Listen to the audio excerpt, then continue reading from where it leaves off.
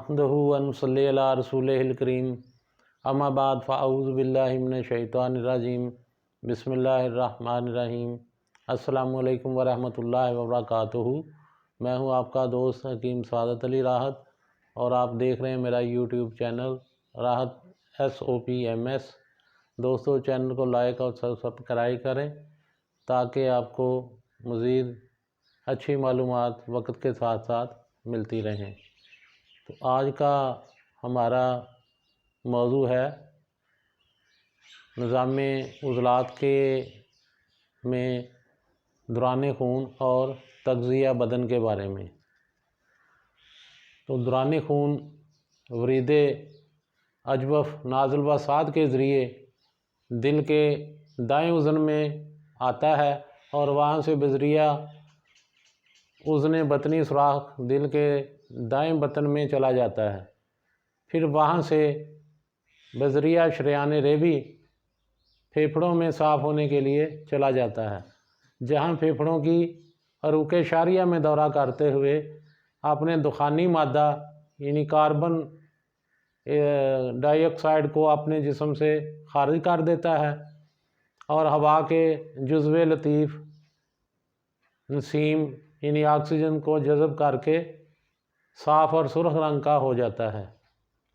फिर फेफड़ों से में इकट्ठा होकर ये वरीद रेवी की 4 बड़ी शाखों के ज़रिए दिल के बाएं उज़न में आता है। फिर दाएं उज़न से उज़नी बतनी सुराख के रास्ते दिल के बाएं बतन में जाता है, जिसके सिकुड़ने पर शरियान आज़म में चला जाता है।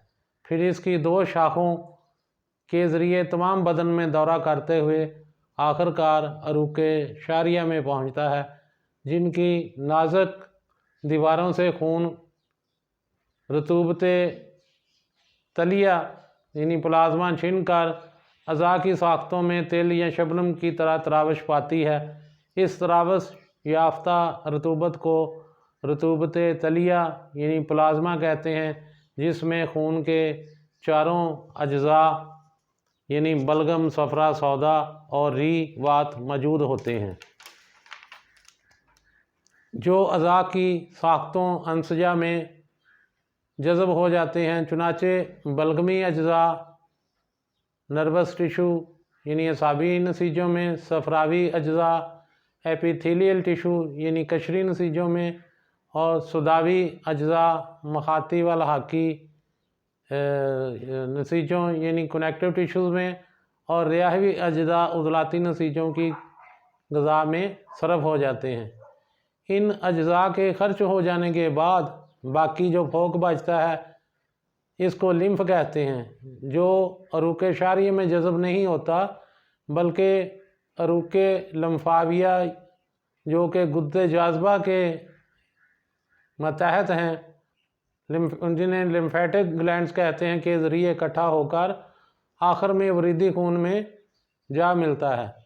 अलबत्ता अरूक़ शारिया की दीवारों से जो नसीम या ऑक्सीजन अज़ा की साख्तों में जज़ब होती है, इसके बदले में इन साख्तों का फुजला दुखान यानी कार्बन डाइऑक्साइड या कार्बनिक एसिड गैस की सूरत में अरूक़ शारिया के बकाया खून में, जो अरूक़ शारिया की दीवारों से छिनने से बाकी रह जाता है, जज़ब हो जाता है, जिससे वो कसीफ हो जाता है और फिर अरूक़ शारिया से वरीदों में चला जाता है और फिर वरीद अजवफ़ नाज़िल व साद की तमाम शाखों के ज़रिए इकट्ठा होकर कल्ब के दाएं उज़न में वापस आ जाता है। इस तरह दौरान खून का एक कामल दौरा 2 मिनट से भी थोड़े अरसे में मुकम्मल हो जाता है। अरूक़ शारिया जब जिस्म को किसी अज़ा को ग़िज़ा देने के लिए उसके जिस्म में दाखिल होती है, तो कनेक्टिव टिश्यू की लेयर उसके कनेक्टिव टिश्यू के साथ मिल जाती है और उसकी मस्कुलर टिश्यू की लेयर उसके मस्कुलर टिश्यू के साथ मिल जाती है। इसी तरह उसकी एपिथेलियल टिश्यू की लेयर उसके एपिथेलियल टिश्यू के साथ मिल जाती है। जैसे ये दिल का दौरान खून होता है, तो इसमें से ये जो एपिथेलियल टिश्यू की लेयर है, यहाँ से ग़िज़ाई अज्ज़ा शबनम की तरह बाहर निकलते हैं और इसके जिस्म में फैल जाते हैं। तो वहाँ से इसके टिशू अपनी अपनी ग़िज़ा हासिल करते हैं। जैसे असाब जो हैं बलगमी अज्ज़ा से अपना तग़ज़िया करते हैं और उसके एपिथेलियल टिशू सफ़रा से अपना तग़ज़िया हासिल करते हैं और उसके मस्कुलर टिशू अज्ज़ाए हवाइया यानी री से अपना तग़ज़िया हासिल करते हैं और उसके कनेक्टिव टिशू अज्ज़ाए उसके सदा से अपना तग़ज़िया हासिल करते हैं। इस तरह तग़ज़िये के बाद जो खून बच जाता है फिर वो वापस जब वो वरीद बनकर उसमें से वापस निकलती है तो उसमें पहले मस्कुलर टिशू की तह चढ़ जाती है, फिर कनेक्टिव टिशू की तह चढ़ जाती है जिस पे असाब फैले हुए होते हैं।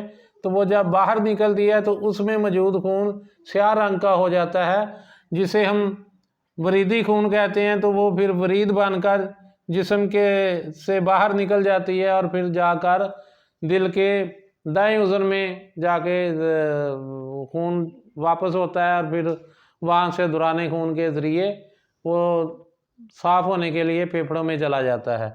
इस तरह ये तग़ज़िये का सिलसिला चलता है जो दौरान खून के ज़रिए होता है।